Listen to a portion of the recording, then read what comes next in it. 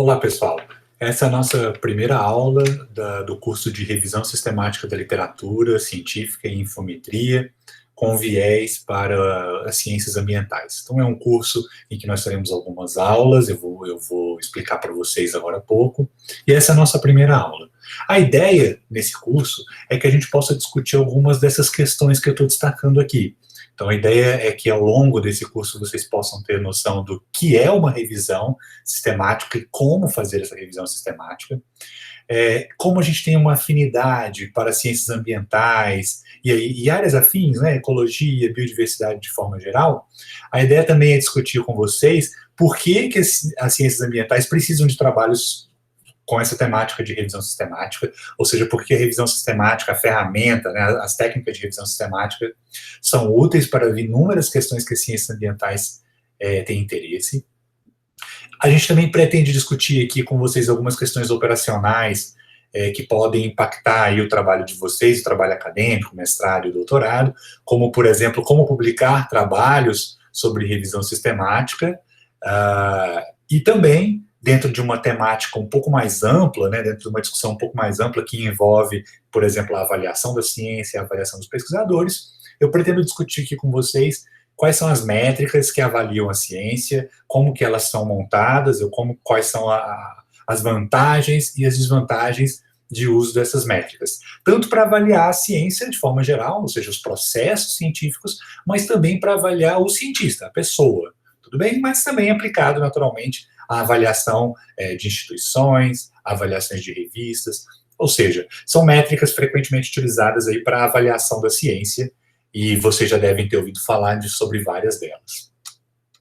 Bom, portanto, essa disciplina, ela é uma disciplina bastante abrangente, que envolve desde aspectos operacionais, né, de ferramentas, como, por exemplo, a própria revisão sistemática, ou seja, os métodos para o desenvolvimento de uma revisão sistemática, protocolos para uma revisão sistemática, mas também discute aí questões comportamentais dos pesquisadores e da ciência como um todo, passando por questões de avaliação da ciência, reprodutibilidade, uso de algumas métricas muito específicas, né, como a bibliometria, cienciometria, metapesquisa, uso de ferramentas, de bases de dados, como, por exemplo, o EASY, o Scopus, ou de formas de avaliação, né, como a citação dos artigos, índices como o fator de impacto, fator H.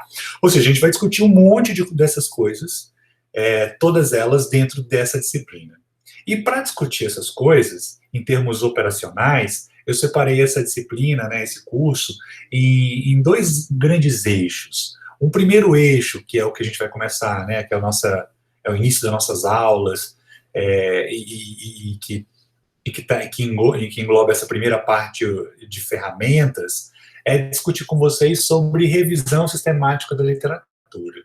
Então, nesse eixo, a gente vai discutir coisas como quais são os tipos de revisão, os diferentes tipos, né, ou de aplicações, né, de revisões sistemáticas, os protocolos que são utilizados, bases de periódicos, como que a gente analisa os resultados e interpreta resultados com as suas devidas limitações para pesquisas ou trabalhos de síntese, como os trabalhos de revisão sistemática da literatura.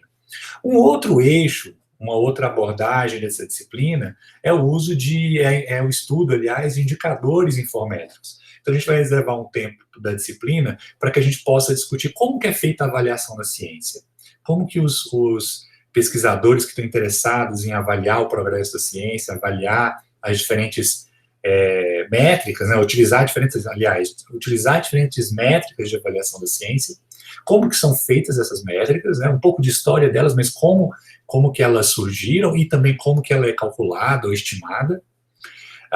E aí, consequentemente, discutir alguns vieses que a gente encontra na literatura científica do ponto de vista de indicadores infométricos. Então, vieses de colaboração, né, ou fatores que influenciam a colaboração, fatores que influenciam a citação dos artigos, ou seja, questões relacionadas ao que a gente chama aí num grande globo chamado de infometria.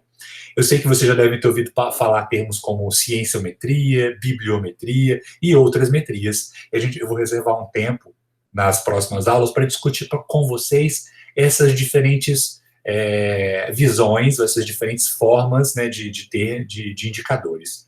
Eu estou aqui sintetizando todos eles como infometria, tudo bem? Mas a gente vai ter um tempo para discutir só sobre isso em aulas mais na frente. Bom, nessa primeira aula, como é o nosso primeiro eixo, é a parte em que a gente vai falar sobre a revisão sistemática, eu vou começar agora falando com vocês, dando, né, um passo inicial, que é definir o que é revisão sistemática da literatura. Então, a gente precisa, naturalmente, conceituar revisão sistemática da literatura.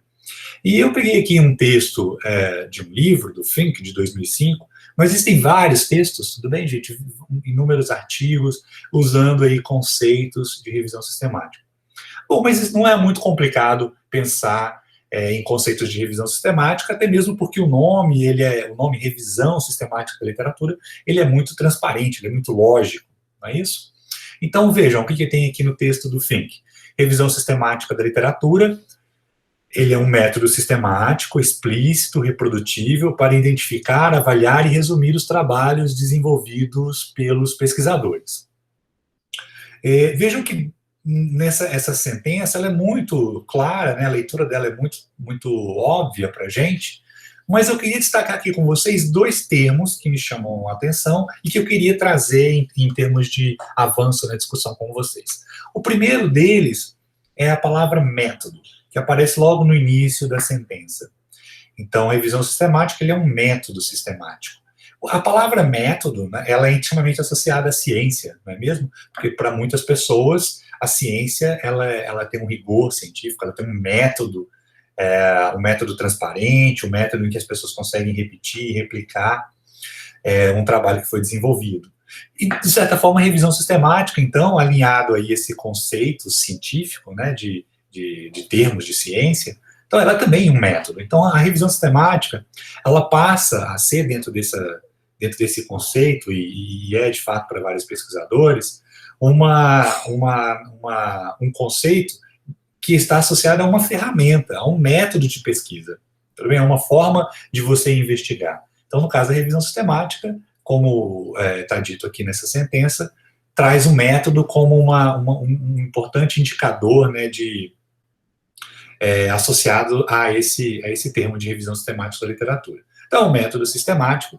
Vejam que dessa palavra método, a gente desdobra aí para questões como sistemático, ou seja, tem um sistema, né, uma forma coerente e sistemática de avaliação, explícito, reprodutível, ou seja, principalmente aqui nessa palavra reprodutível, né, a gente está pensando em coisas em que eu vou desenvolver um método e que outras pessoas vão conseguir desenvolver de forma muito semelhante à que você fez, para não dizer idêntica, utilizando, por exemplo, um método de revisão sistemática. Um outro termo que me chama a atenção dentro dessa sentença é desenvolvido pelos pesquisadores. É claro que a palavra assim, desenvolvido pelos pesquisadores, por si só, não tem grande atrativo. Mas o que eu chamo a atenção aqui é que quando a gente fala de revisão sistemática, e ela é desenvolvida naturalmente pelos pesquisadores, a gente está falando de uma revisão sistemática que pode estar interessada nas diferentes perspectivas dos pesquisadores. Vejam, um pesquisador ele pode estar interessado em avaliar quando foi feito um trabalho científico, ou como foi feito esse trabalho científico, ou por que esse trabalho foi desenvolvido. Quando eu falo trabalho, eu posso estar me referindo a inúmeros trabalhos, tudo bem? Eu posso estar me referindo a temáticas. Por exemplo, como foi feito ou como tem sido desenvolvido trabalhos em determinada temática, ou em determinado instituto, ou por determinado grupo de pesquisadores, ou até mesmo por um único pesquisador. Então, eu posso estar interessado em questões relacionadas à pesquisa, por si só, né? Então, como que é feita a pesquisa, quais são os fatores que influenciam aqueles pesquisadores, ou os resultados que aqueles pesquisadores encontraram, mas também eu posso estar interessado nos mecanismos que, de certa forma, operam as pesquisas. Então, por exemplo, como que foi feita aquela pesquisa do ponto de vista de fomento necessário para o desenvolvimento daquela pesquisa. Ou seja, quanto recurso foi utilizado. Como que esse recurso influenciou aspectos como a colaboração dos autores, o próprio desenvolvimento da pesquisa, ou até mesmo a citação dos artigos. A gente pode estar interessado também, por exemplo, em métricas de colaboração, né? Então, os pesquisadores da área da infometria podem estar interessados em como que as pessoas colaboram. Então, vejam, eu posso utilizar questões de revisão sistemática também para investigar como que foi feita a pesquisa do ponto de vista operacional dela. Tudo bem? Então, novamente, eu chamo a atenção que a ideia que eu estou trazendo aqui pelos pesquisadores é de uma forma bastante ampla. Eu quero compreender, né, eu quero fazer uma síntese do conhecimento do ponto de vista de um tema, tudo bem? Um tema que os pesquisadores estão interessados, mas também uma síntese do conhecimento de como que os pesquisadores trabalham, ou quais são as variáveis que podem estar determinando ou influenciando aí ações dos pesquisadores. Na literatura infométrica vocês podem encontrar, né, ou de revisão sistemática, essas palavras aqui traduzidas como 5W e 1H, que são esses termos só que em inglês, tudo bem? Então vocês podem encontrar em alguns livros ou artigos se referindo dessa forma. Bom, aqui no nosso caso, para avançar em termos de revisão sistemática, eu vou trazer aqui para vocês algumas questões que estão associadas aí ao que a gente vai discutir ao longo desse curso, alinhados naturalmente à revisão sistemática da literatura. Então a gente deve discutir coisas como qual a importância da revisão sistemática, em que contexto ela pode ser utilizada, quais as aplicações e qual a diferença com outras, ou particularmente uma outra revisão, uma única outra revisão. Então vamos avançar agora, a partir de agora eu vou avançar com vocês nessas questões aqui. E aí, a partir dessas questões, a gente vai conceituando e diferindo aí alguns detalhes, né, operacionais e de aplicação da revisão sistemática. Bom, uma importante justificativa, né, para dizer aí para responder essa pergunta qual é a importância da revisão sistemática, e aí uma importante justificativa é que o número de artigos ou o número de conhecimento que tem sido produzido no mundo vem aumentando muito rapidamente no tempo recente. Então, se a gente olhar isso nas diferentes áreas do conhecimento e até mesmo nas diferentes regiões do mundo, claramente a gente vai encontrar um padrão como está sendo mostrado aqui nessa figura, né, que é o número de artigos ao longo do tempo para diferentes regiões do mundo. Tudo bem? Aqui, então, eu tenho no eixo X diferentes regiões do mundo, e aqui eu tenho o número de artigos. Se vocês observarem, para todas as regiões, há uma inclinação positiva para o número de artigos ao longo dos anos. Claro que alguns países, né, ou regiões, no caso aqui geográficas, têm um incremento muito mais acentuado, né, mostrando que há uma atividade muito intensa na produção de artigos naquela região, do que em outras regiões, que esse incremento ele pode ser muito mais tímido. Mas, de forma geral, se vocês olharem, em todos eles há um aumento do número de artigos ao longo dos anos. Isso mostra que há um crescente conhecimento, um crescente aumento de conhecimento. É claro que a gente poderia aqui discutir de que esse artigo é necessariamente um reflexo de conhecimento, de uma forma bastante direta e crua, sim, necessariamente sim. Se eu estou gerando formando mais pessoas, essas pessoas estão gerando mais documentos, mais textos, isso gera mais conhecimento. Tudo bem? Portanto, há uma certa dificuldade de a gente acompanhar esse conhecimento. Há também uma necessidade de promover sínteses desses conhecimentos, tudo bem? Então, a ciência tem aumentado em termos de informação, tem incrementado em número de informação, para inúmeras questões, e aí em várias dessas questões a gente precisa produzir síntese sobre o conhecimento. Veja que eu disse várias dessas áreas ou produções de artigo, porque não é necessário, não é uma regra, tudo bem? Revisão sistemática não é uma regra que tem que ser aplicado necessariamente a qualquer grupo de tema ou qualquer tema em particular. Tudo bem? A gente até pode discutir e vai discutir sobre isso ao longo do curso. Mas, de forma geral, com o aumento do conhecimento, com o aumento de informação sobre determinado tema, cabe, então, uma necessidade também de produzir uma síntese desse conhecimento. Okay? Então, por exemplo, vamos trazer aqui para um mundo mais palpável em termos de exemplos. Há hoje uma discussão sobre o efeito das mudanças climáticas, né, o efeito de alterações do clima, como aumento da temperatura e de ciclos hidrológicos, em aspectos da biodiversidade, relacionados a diferentes aspectos da biodiversidade. Tudo bem? Vamos imaginar germinação das plantas. Tudo bem? Como que as plantas podem ser afetadas com o aumento da temperatura. Existem vários artigos sendo produzidos nessa temática, mas qual que é o consenso, né? Qual que é a síntese desses artigos que foram produzidos, né? Como que a gente pode traduzir isso de forma agrupando todo esse conhecimento num conhecimento único, portanto, mais consolidado? A revisão sistemática vai nos ajudar em questões como essa, em produzir síntese sobre um tema. Tudo bem? Agora, é claro, eu estou falando aqui para vocês esse tema, nesse caso em particular, de mudanças climáticas, mas como eu falei agora há pouco para vocês, a revisão sistemática ela é um interesse dos pesquisadores, é uma aplicada pelos pesquisadores, e, portanto, também para avaliar pesquisadores. Então, eu posso estar interessado em produzir uma síntese de conhecimento sobre a colaboração científica dos artigos publicados na área de ecologia, por exemplo, na área de ciências ambientais. Então, como que os pesquisadores têm colaborado? Há uma limitação geográfica, a gente poderia se questionar, né? Será que países geograficamente próximos tendem a colaborar mais do que países geograficamente distantes? Veja, para responder questões como essa, eu preciso agrupar um grande conjunto de informação, um grande conjunto de artigos que têm sido aí produzidos por pesquisadores, no caso aqui da área de ciências ambientais e ecologia. Bom, ainda dentro dessa discussão de números, né, de produção, de aumento da produção científica, eu queria traduzir isso para vocês em dados numéricos. Vejam que entre os anos de 97 e 2001, foram produzidos 3 milhões de artigos no mundo, um pouco mais de 3 milhões e 600 mil artigos no mundo. Vejam que somente no ano de 2019, ou seja, somente no ano passado, no ano em particular, foram produzidos mais de 3 milhões e 115 mil, em particular, de forma exata, né, 3 milhões e 115.915 artigos.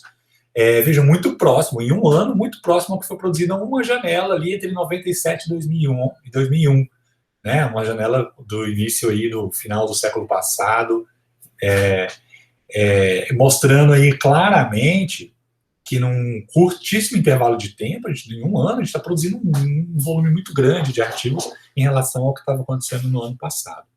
Apesar disso, como eu também mostrei naquela figura das linhas, agora no slide anterior, existe fortemente uma assimetria internacional, né? Por exemplo, existem inúmeras outras assimetrias quando a gente fala de produção científica, né? Por exemplo, a assimetria de gênero, mas uma que eu estou chamando aqui é a assimetria entre países. Então, ó, claramente, nessa tabela aqui, você vê que, tudo bem que numa janela mais antiga, mas, ó, por exemplo, os Estados Unidos produzia entre o período de 97 e 2001, 34% da produção científica mundial estava concentrada em pesquisadores que são dos Estados Unidos. Enquanto do Brasil, essa produção, em termos relativos, era de 1,21%. É claro que de lá para cá a gente aumentou, particularmente o Brasil aumentou a sua contribuição relativa, mas essas assimetrias ainda existem, tudo bem? E de certa forma vão continuar existindo, porque há uma diferença histórica e de tradição entre os diferentes países. Mas isso chama atenção, tudo bem? A gente poderia, inclusive, é um objeto de pesquisa para várias pessoas interessadas aí em aspectos da infometria. Bom, mas pensando aqui em termos de volume de produção, que é o que a gente quer discutir agora nessa primeira etapa, torna-se bastante difícil, bastante complicado acompanhar como que uma área ela tem avançado ou ela tem perdido, né, tem se perdido interesse sobre ela, dado esse grande número de artigos. Então, às vezes, é muito difícil de você compreender, por exemplo, se um tema que você está interessado, ele é um tema que está na crista da onda, é um tema que está bastante atual, né, que está despertando interesse dos cientistas, ou se é um tema já meio resolvido, e que já, portanto, não tem tanto interesse, e você precisaria introduzir questões novas, se você quiser entrar em termos de inovação. Então, como o volume de produção de artigos é muito grande, a produção de síntese pode me ajudar em tomar decisões como essa, né? Então, por exemplo, se para um determinado tema que eu estou interessado, ele é um tema atual, ele é um tema de bastante relevância, então isso pode despertar para você é o interesse em continuar na sua pesquisa. E responder essa pergunta, se eu estou alinhado, digamos assim, às questões mais atuais, necessariamente requer uma síntese do conhecimento. Necessariamente requer que eu tenha uma compreensão bastante ampla do que está sendo produzido na ciência. Há um tempo atrás, alguns 20, 30, 40 anos atrás, isso era bastante simples. Eu tinha grandes pesquisadores que sabiam de tudo que está sendo produzido na ciência naquele tema em particular, naquele tema que ele domina. Novamente, com um volume muito grande de artigos, essa percepção se torna bastante enviesada e, de fato, muito difícil. Portanto, a revisão sistemática ela tem uma importância, inclusive, para você saber se o tema que você está interessado ele é um tema atual ou aonde que você pode atacar em termos de inovação. E dentro dessa perspectiva, ela é interessante não somente para você, jovem pesquisador, em termos de aplicar a sua pesquisa, mas ela é também importante para agências de fomento, uma vez que pode-se utilizar estratégias de revisão sistemática para aplicação de recursos financeiros.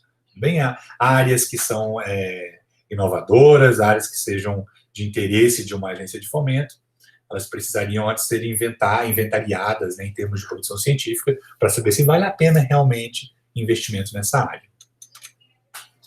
Ok? Então, a revisão sistemática ela pode ser utilizada em diferentes formas, né? Então não tem como eu pontuar aqui para vocês. O que eu chamo a atenção é que, sim, existem teses e dissertações que utilizam revisões sistemáticas, seja como parte, ou basicamente, ou né, consideravelmente a tese, trabalhando necessariamente com revisões sistemáticas. Então, se a gente fizer uma pesquisa lá no portal da CAPES de teses, vejam, aqui é um dado, eu encontrei mais de 3.000 teses e dissertações com esse termo revisão sistemática.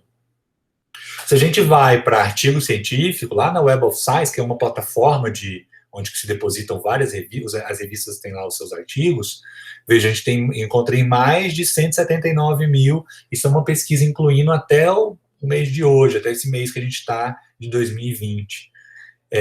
Portanto, vejam como quando a gente olha aqui dentro de uma escala de ano, né, de produção ao longo dos anos, vejam que claramente a gente observa um aumento do número de artigos ao longo dos anos. Então, sim, revisão sistemática ela pode ser utilizada como parte da sua tese, como a sua tese, e também como interesse de produção de artigos científicos. Em que contexto ela pode ser utilizada? Eu acabei já trazendo aqui para vocês um pouco dessa discussão. Ela pode ser utilizada, portanto, na gestão e ações acadêmicas. Na gestão, porque ela pode te ajudar enquanto gestor, né, enquanto, por exemplo, um tomador de decisão de alguma agência de fomento, né, um tomador de onde aplicar o recurso.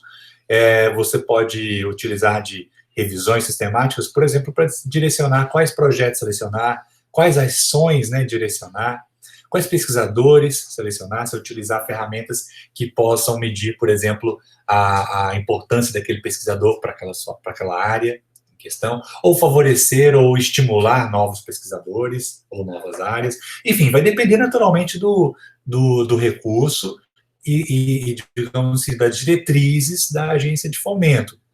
Mas eu poderia usar toda a minha decisão, né, enquanto gestor, toda a minha decisão de recurso de forma arbitrária, ou, o que é muito melhor, utilizando uma informação da literatura científica, ou seja, uma revisão que me permite tomar uma decisão com muito mais transparência e com muito mais direcionamento.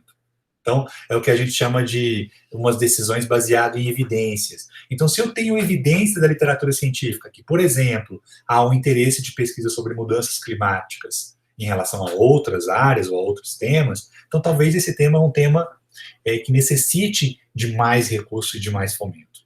Okay? Isso é um exemplo, naturalmente, né? E portanto, deve ser sempre entendido aí com vocês com cautela. Não estou me direcionando necessariamente a mudanças climáticas, mas ao aspecto de que algum tema pode estar mais como um tema quente na ciência, e a revisão sistemática vai destacar isso para você, vai evidenciar isso para você enquanto pesquisador ou quanto gestor. Bom, quais são as aplicações da revisão sistemática? Eu separei aqui algumas aplicações acadêmicas E eu quero que vocês já entendam já de cara que essas aplicações, elas estão dentro de uma lógica didática, ou seja, eu separei elas pensando puramente numa organização didática. Tudo bem? Não é, portanto, para imaginar que um trabalho ele é uma pesquisa necessariamente, ela vai se encaixar em uma dessas aplicações somente. Tudo bem? Ela pode permear em mais de uma dessas aplicações. Então, eu coloquei elas aqui de forma mais didática, para a gente poder destacar e avançar um pouco mais nas possíveis aplicações de revisão sistemática. Então, a primeira aplicação aqui é dentro dessa ideia de mapeamento sistemático, ou seja, usar a revisão sistemática para pesquisas de mapeamento sistemático, ou de meta-análise, ou de metrias, aí eu estou englobando todas elas, tá? Bibliometria, cienciometria, infometria, e algumas outras, como webometria, altimetria, essas coisas todas a gente vai discutir mais na frente na nossa aula, no curso, mas aqui vamos entender tudo isso como um grande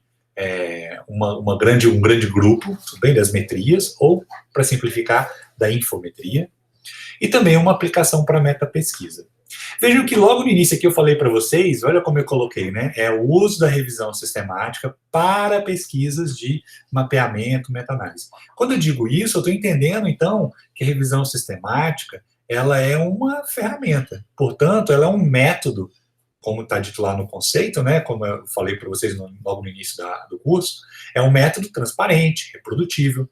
Então, ele é um método que vai ser aplicado aí para essas diferentes perspectivas, tudo bem? De revisão, de mapeamento, de meta-análise, bibliometria e meta-pesquisa. Em algumas áreas, principalmente na área médica, mas isso também acontece aqui na área ambiental, existe uma certa percepção de que meta-análise e revisão sistemática são sinônimos, o que não é verdade, tudo bem?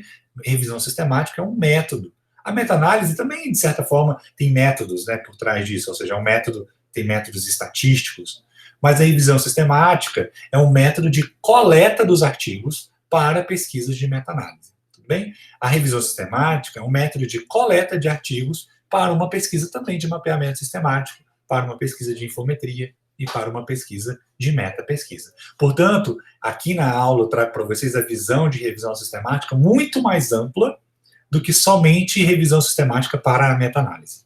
Okay? Mas eu vou detalhar aqui cada uma dessas aplicações com vocês a partir de agora. Bom, a gente pode separar essas aplicações em dois grandes grupos. Eu fiz essa separação aqui baseado num artigo na Nakagawa, de 2019, um excelente artigo publicado na Trends in Ecology Evolution,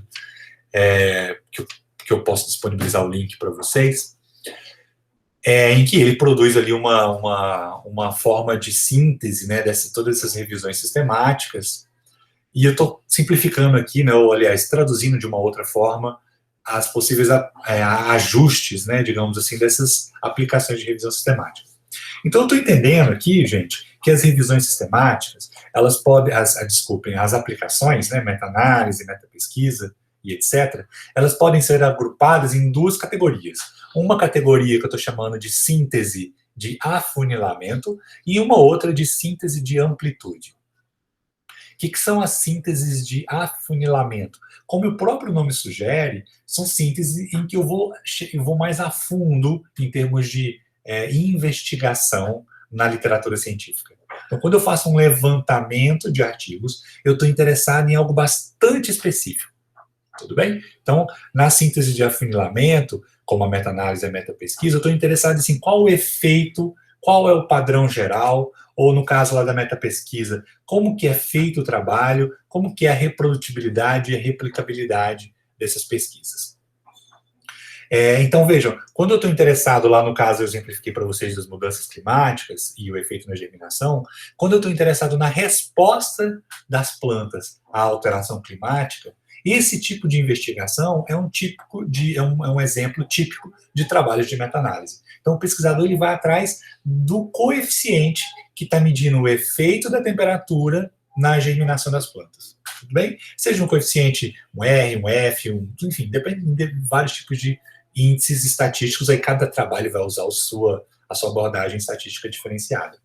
Mas quando o pesquisador está interessado lá naquele efeito estatístico vejam que a pergunta é muito específica, né? Efeito das mudanças climáticas na germinação das plantas. Ele está lá, ele vai atrás, né?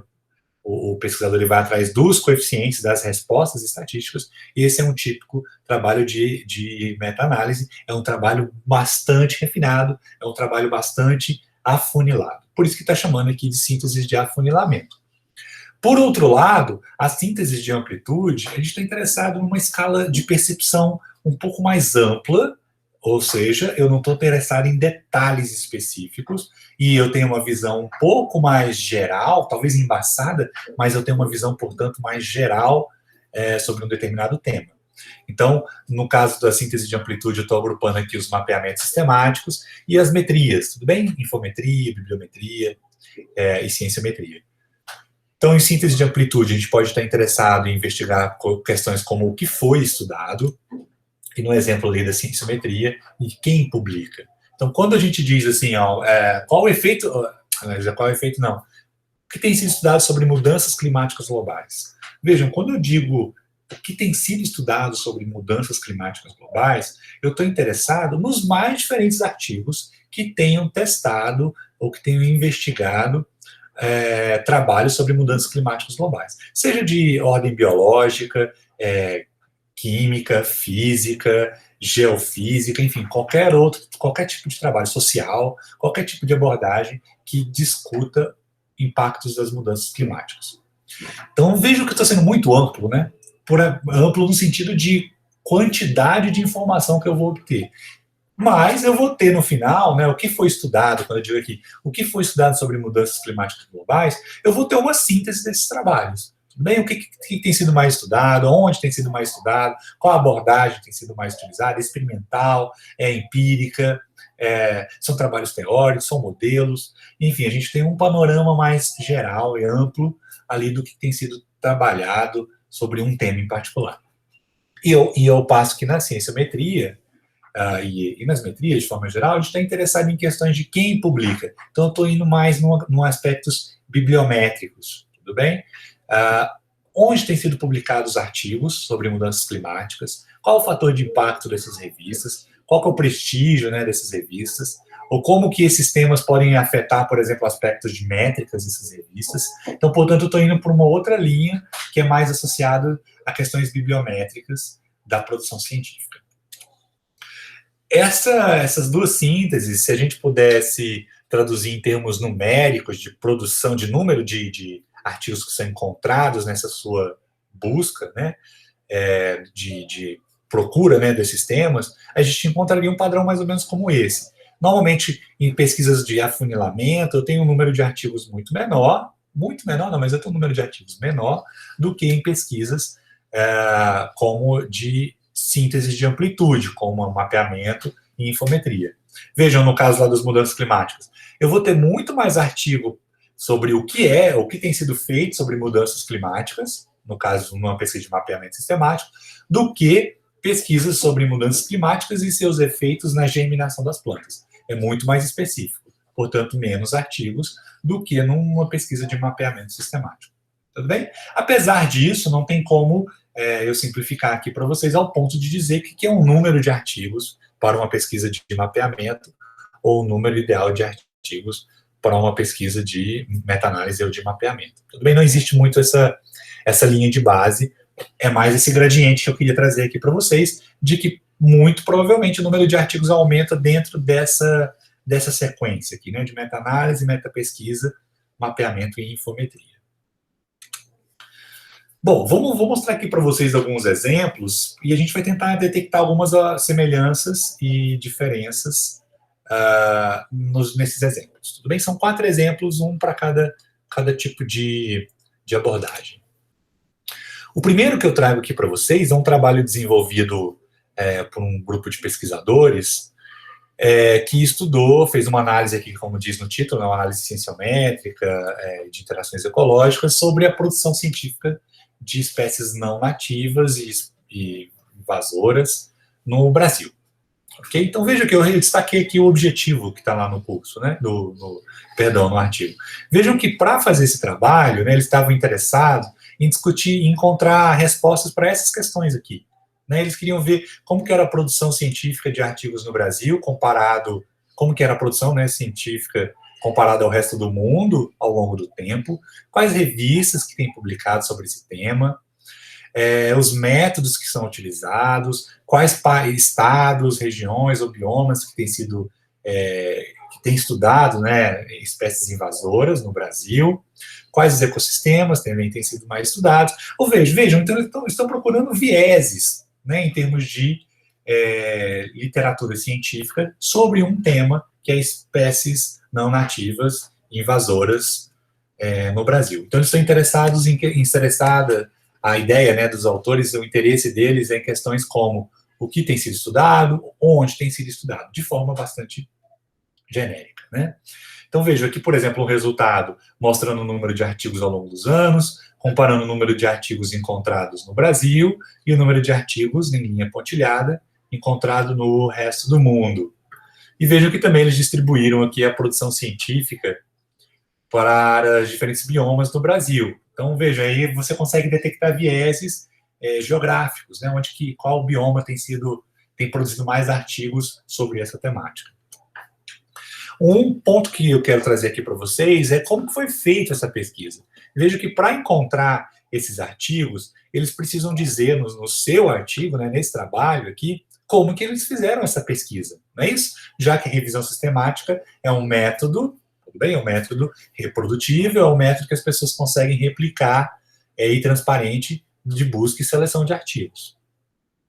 Então, olha só, eles utilizaram palavras-chave, usando o termo Brasil, espécies, invasão, toda essa discussão aqui, a caracterização booleana, and, or, eu vou discutir com vocês numa outra aula, tudo bem? A gente vai ter um momento para discutir sobre isso também. Mas vejam, eles colocaram aqui os artigos, tudo bem? Perdão, os termos utilizados, o período utilizado, a base em que foi utilizada, as revistas ou áreas, né, selecionadas. Portanto, o que eu quero dizer com isso é que há informações suficientemente detalhadas no método que mostram como que eles fizeram a coleta desses artigos.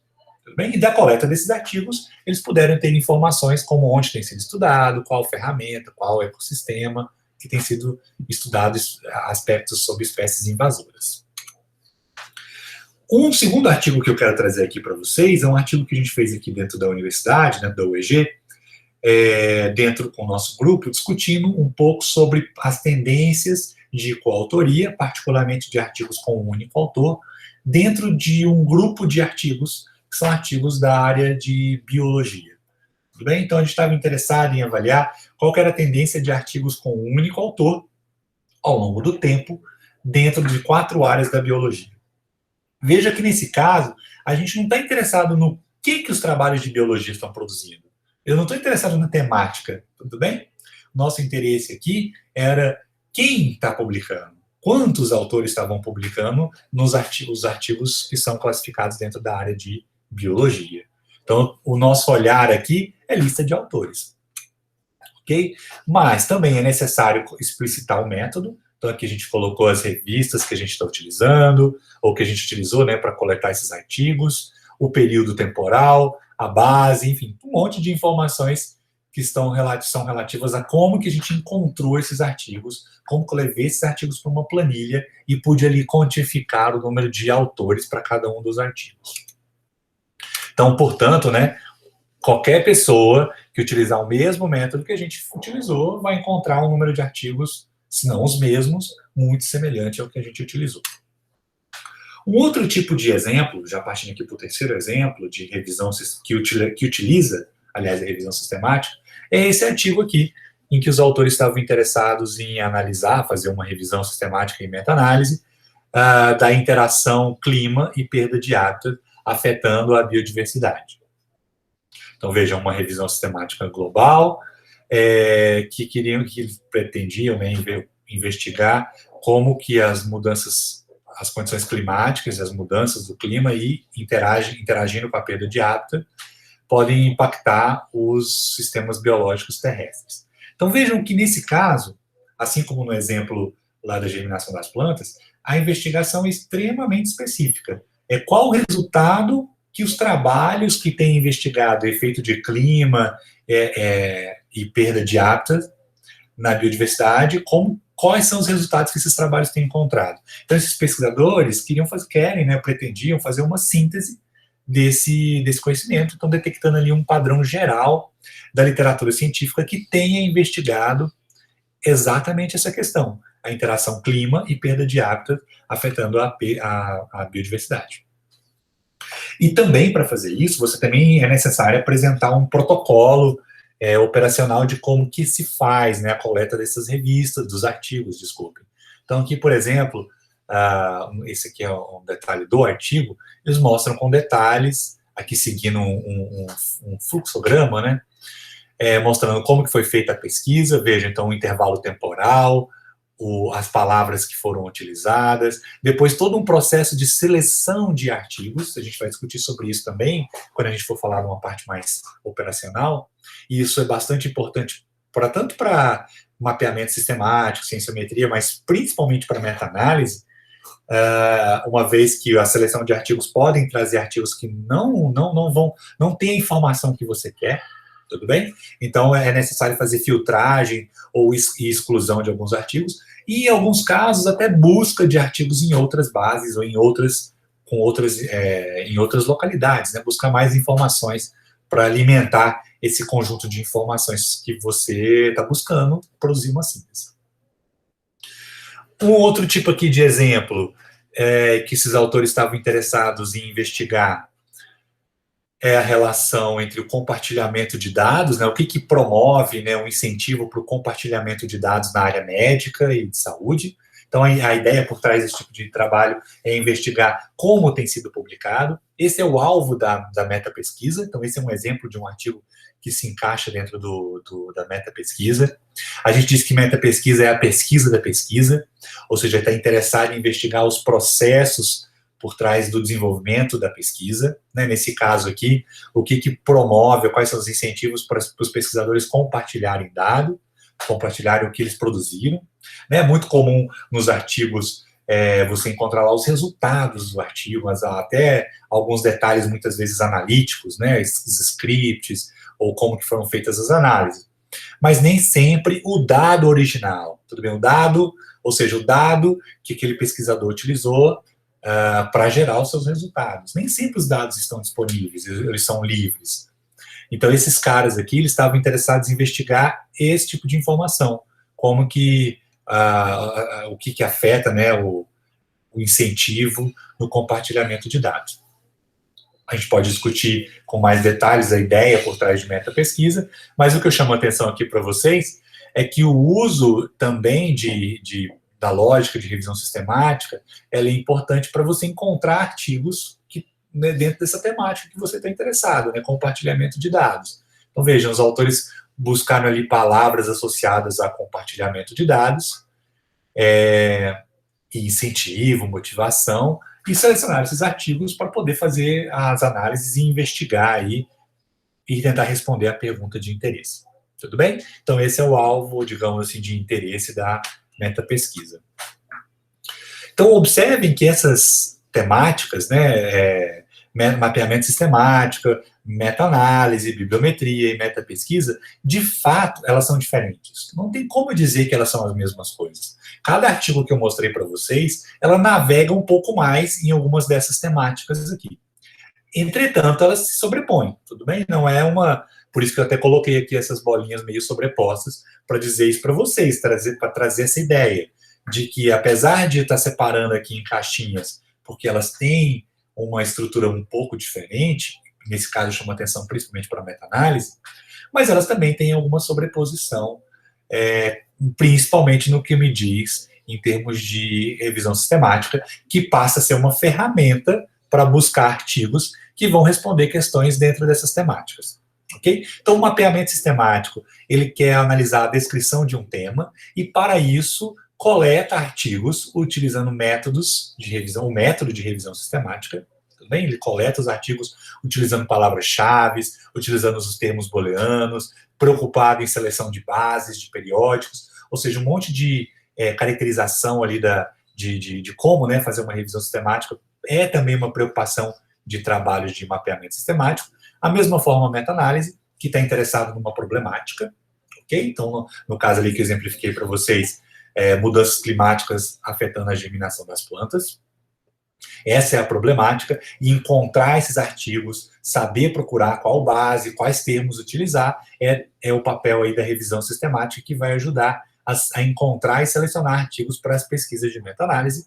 A mesma forma a bibliometria, né, que eu estou traduzindo aqui como as metrias, que está interessado na estrutura da literatura científica. Então, a partir do momento que eu quero investigar padrões de citação, colaboração, né, coautoria, eu preciso selecionar corretamente os artigos ou procurar eles em alguma base de periódicos, e a revisão sistemática ajuda nisso. E, por fim, a metapesquisa também, que está interessada ali na pesquisa da pesquisa, no comportamento científico, e a seleção dos artigos que vai me permitir analisar esse comportamento científico é o papel aí da revisão sistemática. Tudo bem? Novamente, eu chamo a atenção que são caixinhas, mas puramente didáticas, elas se misturam, mas principalmente tem o mesmo método, que é o método de seleção. E aí eu vou trazer para vocês em breve, na próxima aula, por que existe uma preocupação com esse método de revisão sistemática. Porque existe um leque ali de informações que a gente precisa ter acesso e conhecer muito bem para utilizar de forma bastante correta e segura nas pesquisas ali de mapeamento, meta-análise, bibliometria e metapesquisa. Olha só, fazendo uma busca relativamente rápida, usando uma base de periódicos, o EASY, gente, ele é uma base de periódicos em que a gente tem lá indexadas várias revistas, as importantes revistas do mundo, nas mais diferentes áreas. Então, eu fiz uma pesquisa usando termos relacionados a meta-análise, infometria, mapeamento sistemático e metapesquisa. Então, por exemplo, meta-análise, eu usei lá 2 termos, meta-análise junto e separado, infometria, as vários tipos de metria, mapeamento sistemático e assim vai. Tudo bem? A gente vai ter uma aula para discutir sobre as formas de busca, né? Como eu falei para vocês. Mas olha só, o que eu quero trazer aqui para vocês são essas questões numéricas. Se eu faço uma busca sobre meta-análise, veja a quantidade de artigos que a gente tem sobre meta-análise no EASY. Esse número de artigos está mostrando aí a afinidade, né, de temas, de artigos sobre esse tema. Então, veja, eu tenho aqui mais de 203 mil artigos sobre meta-análise, mais de 18 mil para infometria, 14 mil para mapeamento sistemático e 3 mil para metapesquisa.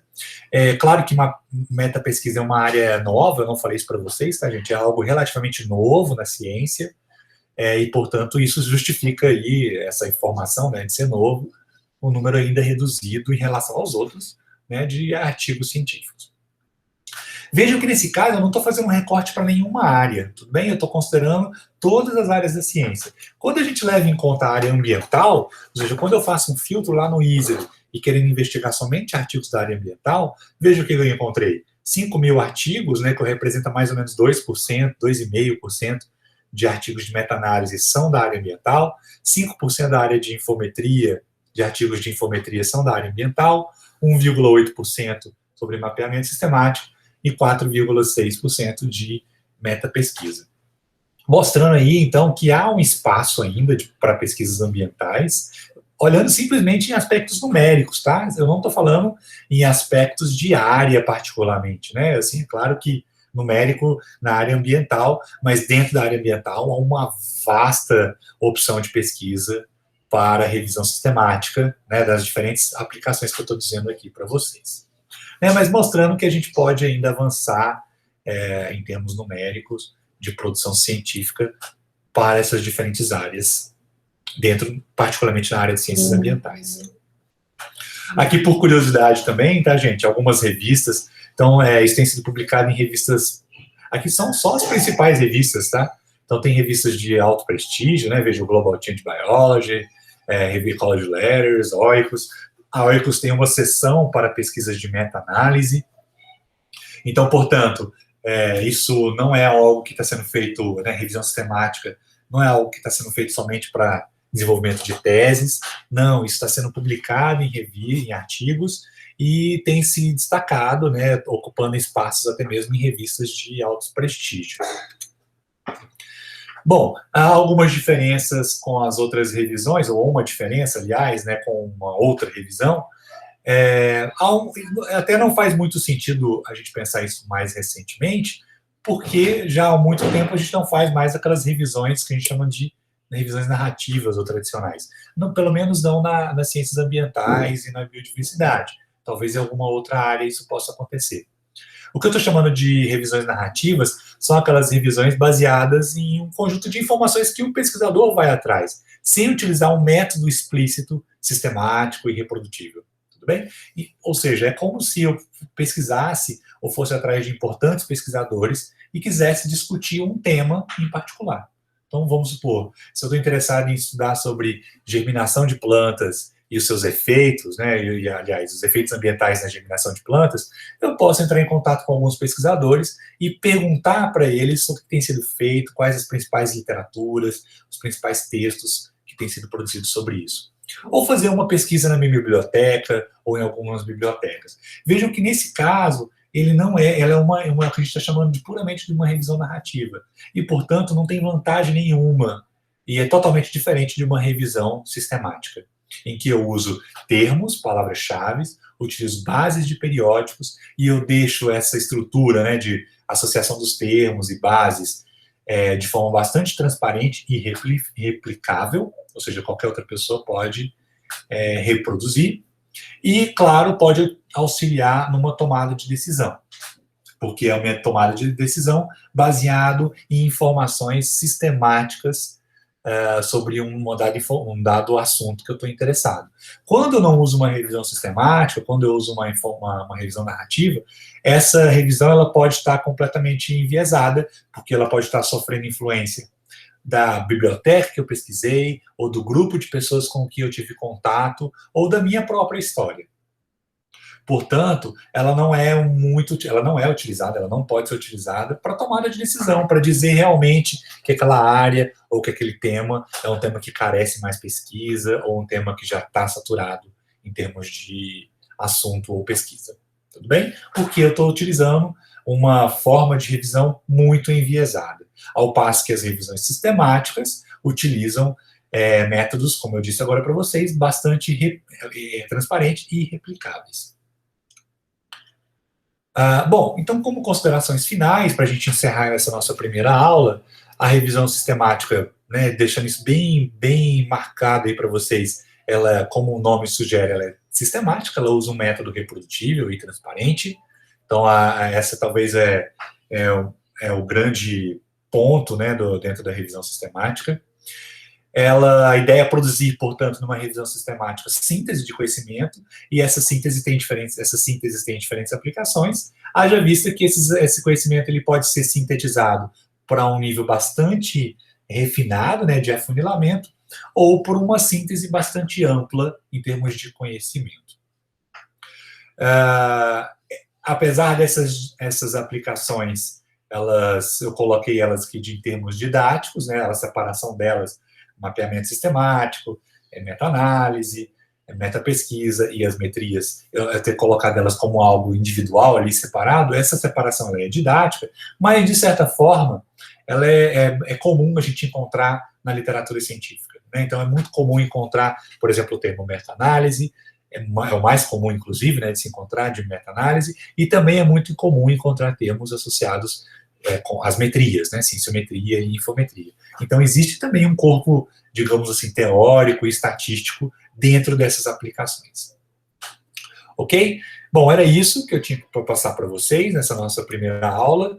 A gente continua nas próximas aulas, em que eu vou passar agora para vocês, na nossa próxima aula, avançando um pouco mais de como fazer a revisão sistemática. Ok? Até mais.